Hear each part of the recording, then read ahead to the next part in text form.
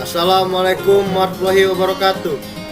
Di sini kami dari kelompok 2 ingin mempresentasikan hasil pembelajaran dari kami tentang air conditioning system di mata kuliah dinamika perpindahan panas. Kelompok kami terdiri dari yang pertama adalah 1. Rangga Beter Pratama, 2. Sobil Hoiri, 3. Sati Satria Mandala, 4. Aditya Yusuf, 5. Emis Mukhtar, 6. Emil Ham. Dan setiap materi akan dibacakan oleh setiap masing-masing anggota pada masing-masing anggota agar segera untuk dibaca. Pengertian air conditioning system: penyejuk udara, pendingin udara, pengkondisi udara, penyaman udara, aircon atau AC. Air conditioner adalah sistem atau mesin yang dirancang untuk menstabilkan suhu udara dan kelembapan suatu area, yang digunakan pendingin maupun pemanasan tergantung pada sifat udara pada waktu tertentu.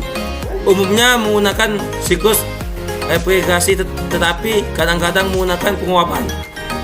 Biasanya untuk kenyamanan pendingin di gedung-gedung dan kendaraan. Komponen-komponen di air conditioning system. 1. Kompresor. Pada dasarnya fungsi kompresor AC yang utama adalah mempertahankan perbedaan tekanan di dalam sistem sehingga sirkulasi refrigeran di dalam sistem pendingin berjalan lancar.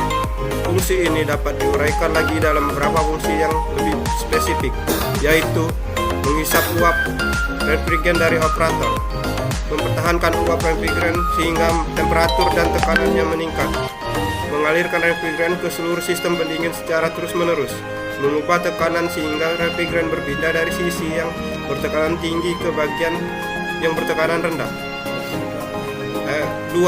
Evaporator. Evaporator merupakan suatu komponen dalam sistem air conditioner atau AC yang berfungsi untuk mendinginkan ruangan. Evaporator dapat menurunkan suhu pada ruangan dengan mengeluarkan panas yang ada. Singkatnya, evaporator AC tidaklah menciptakan udara dingin, melainkan menyerap panas sehingga yang tinggal hanyalah udara dingin. Ada 2 jenis evaporator. Yang pertama, tipe konveksi paksa, memakai kipas atau pompa untuk memaksa pendingin cairan refrigeran di evaporator. Yang kedua, tipe konveksi alami. Cairan didinginkan secara alami di evaporator disebabkan perbedaan massa jenis udara dingin dan panas. 3. Refrigeran. Refrigeran adalah zat yang mengalir dalam mesin pendingin, refrigerasi atau mesin pengkondisian udara AC. Zat ini berfungsi untuk menyerap panas dari benda atau media yang didinginkan dan membawanya, kemudian membuang panas tersebut ke udara luar. Sistem AC merupakan sistem yang berfungsi untuk menciptakan dan mengkondisikan suhu ruangan agar tetap dingin untuk keperluan kenyamanan. 4. Kondensor.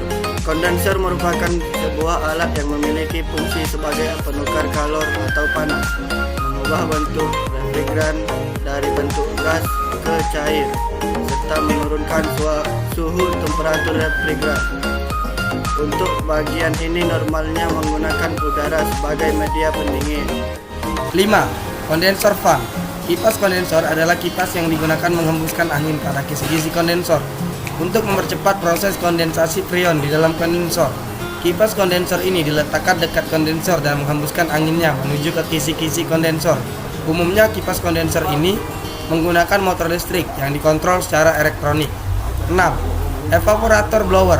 Blower adalah mesin untuk alat yang digunakan untuk menaikkan atau memperbesar tekanan udara atau gas yang akan dilarikan dalam suatu ruangan tertentu, juga sebagai pengisapan atau pemvakuman udara atau gas tertentu. Biasanya blower digunakan untuk mensirkulasikan gas-gas tertentu di dalam suatu ruangan. Hasil pembelajaran: ketika AC di ruangan Anda belum menyalakan, tentunya udara dalam ruangan Anda akan terasa hangat. Udara ini akan dihisap oleh blower yang terletak di dalam evaporator, dan panas dari udara hangat ini akan ditransfer ke refrigeran dingin yang mengalir dalam tube coil, sehingga udara hangat tersebut menjadi dingin dan akan dihembuskan kembali ke dalam ruangan Anda. Dan sekarang bagaimana pembuangan panas yang terkandung di dalam refrigeran tersebut? Setelah keluar dari evaporator, refrigeran ini berada dalam fase gas dan panas. Refrigeran ini akan diolah lagi hingga kembali dalam fase cair dan dingin. Proses pertama adalah refrigeran akan dimasukkan ke dalam kompresor untuk kembali dimampatkan. Setelah keluar dari kompresor, refrigeran tentunya akan mempunyai tekanan dan temperatur tinggi. Setelah itu refrigeran akan dimasukkan ke dalam tube coil condenser yang berada di luar ruangan. Anda di dalam kondenser ini, panas yang tergantung di dalam refrigerant tersebut akan transfer ke udara luar.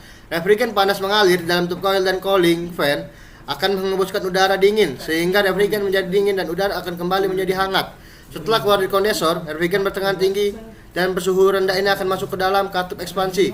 Refrigerant akan berubah fase dari gas ke cair karena terjadinya penurunan tekanan pada katup ekspansi dan juga penurunan temperatur pada kondensor dalam waktu yang hampir bersamaan. Terjadi secara berulang-ulang hingga terjadi pendinginan udara pada ruangan kita. Sekianlah hasil presentasi dari kami. Apabila ada kesalahan kami mohon maaf, kepada Allah kami mohon ampun. Wabillahi taufiq wal hidayah. Wassalamualaikum warahmatullahi wabarakatuh.